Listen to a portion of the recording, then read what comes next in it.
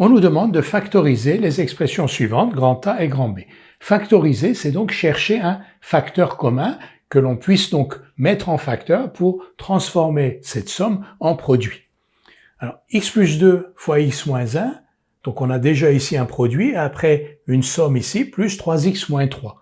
Donc on va essayer de chercher un facteur commun. Vous voyez que 3x moins 3, ça ressemble à x moins 1, c'est 3 fois x moins 1, donc on va l'écrire comme ça. Donc x plus 2, on ne touche pas à x plus 2 fois x moins 1, mais 3x moins 3, on va déjà le factoriser en mettant 3 en facteur. Si on met 3 en facteur dans 3x moins 3, on obtient 3 fois x moins 1. Et là, maintenant, on a un terme ici, un autre terme ici, qui ont x moins 1 en commun.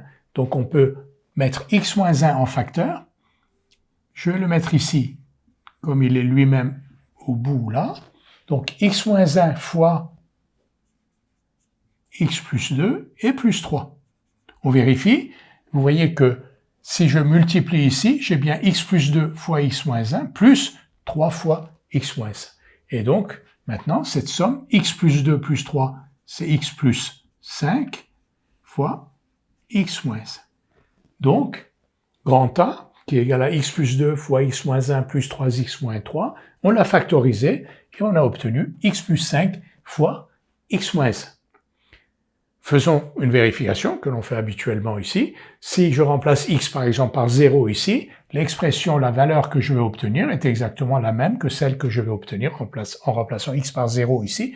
Pourquoi 0? Parce que c'est plus facile à calculer. Donc si je remplace x par 0, moins 2, moins 3, ça fait moins 5. Si je remplace x par 0, 5 fois moins 1, moins 5. Donc quand vous factorisez ou vous développez des expressions algébriques, vous n'écrivez jamais que la même chose sous une autre forme, la même chose. Donc si vous remplacez x par un nombre réel ici, vous obtenez le même résultat là que là, bien entendu. Maintenant, x3 plus x2 plus x plus 1, on nous demande de le factoriser, donc on va essayer de trouver un facteur en commun.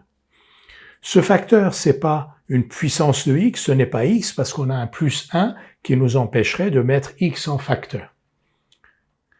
On peut peut-être mettre x2 en facteur ici. Vous voyez que si on met x2 en facteur ici, on va avoir x plus 1 dans la parenthèse, et on a un x plus 1 ici, et l'on va pouvoir factoriser.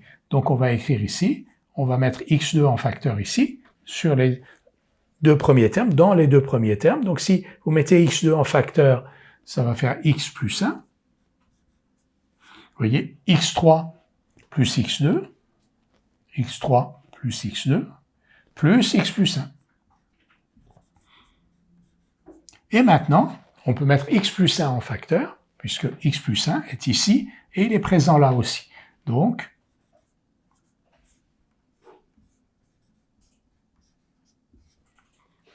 vous voyez, x2 fois x plus 1, je l'ai déjà, plus x plus 1, c'est-à-dire 1 fois x plus 1, tout simplement. Et donc, grand B est égal à x2 plus 1 fois x plus 1. On a écrit grand B sous la forme d'un produit. On l'a factorisé. Comme on a écrit grand A, qui est sous la forme x plus 2, x moins 1, il y a un peu de produit, mais il y a aussi des sommes. Donc on a transformé cette expression grand A sous la forme d'un produit x plus 5 fois x moins 1.